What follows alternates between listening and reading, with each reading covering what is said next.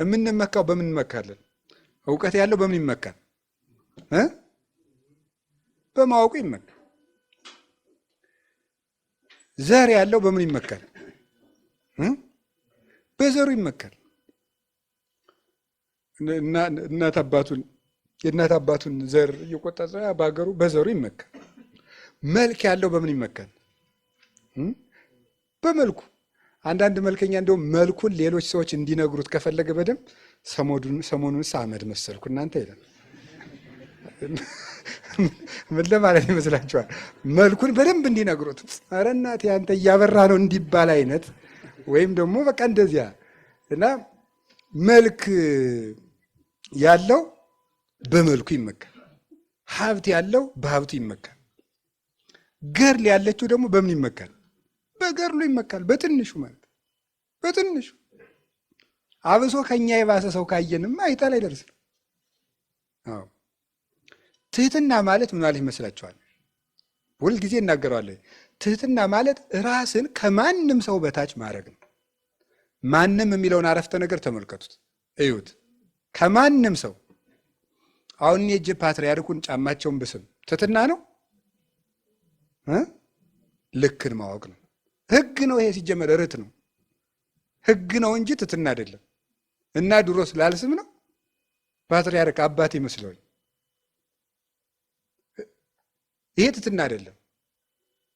ኤጲስቆጶስ ለጳጳስ፣ ጳጳስ ለፓትርያርክ፣ ደቀ መዝሙር ለመምህሩ፣ ልጅ ለአባቱ የሚያደርገው ትህትና ይባላል። ትህትና የሚባለው ከኛ ለሚያንስ ሰው የምናደርገው ነው። እኛ የያዝነውን ነገር ያልያዘ ሰው ስናይ አንተ እየጾምክ ለሚበላ ሰው ትውት ትሆናለህ ወይ ነው። እያወክ የማያውቅ ሰው ሲናገር ትሰማዋለህ ወይ? እሱ ነው እያወክ የማያውቅ ሰው። ትህትና የሚባለው እሱ ነው። ለትልቅ ሰው እየታዘዝክ ለትንሽ ሰው እምቢ አትልም ወይ? እሱ ነው። እኔ ሳዛችሁና የሆነ ደግሞ ጥንበቃን በእናንተ እይታ ተራ ሰው የሆነ ሰው ብታዙት ቢያዛችሁ እኩል ትሰማላችሁ? ሌላው ቀርቶ ስብከት፣ አሁን እኔ ስሰብክና እዚህ ደግሞ አንድ ሰው ተነስቶ ቢሰብክ እኩል ትሰማላችሁ? እኛ በህሊናችን ምን ስለው ሰው አለ መቼስ ከዚህ ስለተቀመጥኩ መምህር ልትሉ ትችላለን። ከዚህ ያነሰ ሰው የምትሉት በእናንተ ግምት የምትሉት ሰው አንቁሞ ዛሬ የሚያስተምረን ቢባል ዝም ብሎ አንድ የሆነ ሰው ማለት ነው ምን ትላላችሁ ነው? ይህ እኮ ነው ችግራችን ማለት ነው። ቀድመን ሰው እንደማይረባ እንወስንበታለን። ልቡን ማን እንዳሳየን አላውቅም። ይገርማል እኮ እገሌ እስከዚህ ነው ብለን ልኩን አውጥተን ሰፍረን 80 ኪሎ 100 ኪሎ ብለን ራሳችንን እንደምረን ጨምቀንሰን ጽፈን እንጨርሳለን። ከዚያ በኋላ አንሰማም። አንዳንድ ጊዜ ከኛ ከናቅናቸው ሰዎች እውነት ይገኛል። ሶስና ስትገደል ታውቃላችሁ። ልትገደል ተብሎ ሲፈረድ አንድ ወጣት ልጅ አይደል እኔ ከዚህ ሴት ከደሟ ንጹሕ ነኝ ያለ ከረበናቱ ሁሉ ይልቅ ዝም ብሎ ከወጣቶች ጋር ያለ አንድ ልጅ እስከዚያ ተሰምቶ የማያውቅ ልጅ ማን ነው? ዳንኤል ነው። እዚያ እኮ ነው ልዕልናው የተገለጠ። እስከዚያ ድረስ የለም።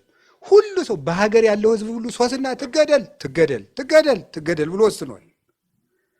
ያ ሰው ምና እኔ ከደሟ ንጹሕ ነኝ ምንድን ነው ያሉት? እስኪ በል እንስማ። እስመ እግዚአብሔር አልሐቀከ በማእከሌነ፣ እግዚአብሔር ከኛ በላይ አድርጎሃል፣ እስቲ ተናገር አሉት። ቆይ እኔ ልፈትናቸው እነዚያን ሰዎች። ፍት ገለጠ ማለት ነው። እውነት ከማን እንዳለች ከትልቅ ሰው ይሁን ከትንሽ ሰው፣ ከለበሰ ይሁን ከተራቆተ፣ ከተሾመ ይሁን ከተሻረ፣ እውነት ከሁሉም ሰው ትመጣለች። ጆሮን ለማንም መክፈት፣ ዓይንን ለሁሉም ሰው ለአንዱ ከፍ ለአንዱ ዝቅ አለማድረግ፣ ራስን ከሰው ጋር አለማነጻጸር፣ ለገሌ እንዲህ ተደርጎ ለእኔ ሳይደረግልኝ አለማለት፣ አዎ ለገሌ ይገባል እኔ አይገባኝም ማለት፣ ነቀፋን በምስጋና መቀበል፣ ትልቅ ቦታ ሳይሰጠኝ አለማለት ትሕትና ነው። እስቲ ለክርስቶስ የቀረበ ወንበር አምጡ አለ ነገሩ እንጂ አለ ወይ? እስቲ ክርስቶስ የተወለደበትን የወርቅ አዳራሽ አምጡት አለ በሉ ነገር እንጂ የለም። እኛ እኮ በአቅማችን እኮ ስሞት በዚህ ገንዙኝ እንላለን። እሱ ለአሟሟቱ እንኳን ክብር ሰጥተውታል እንዴ? አልሰጡትም እኮ።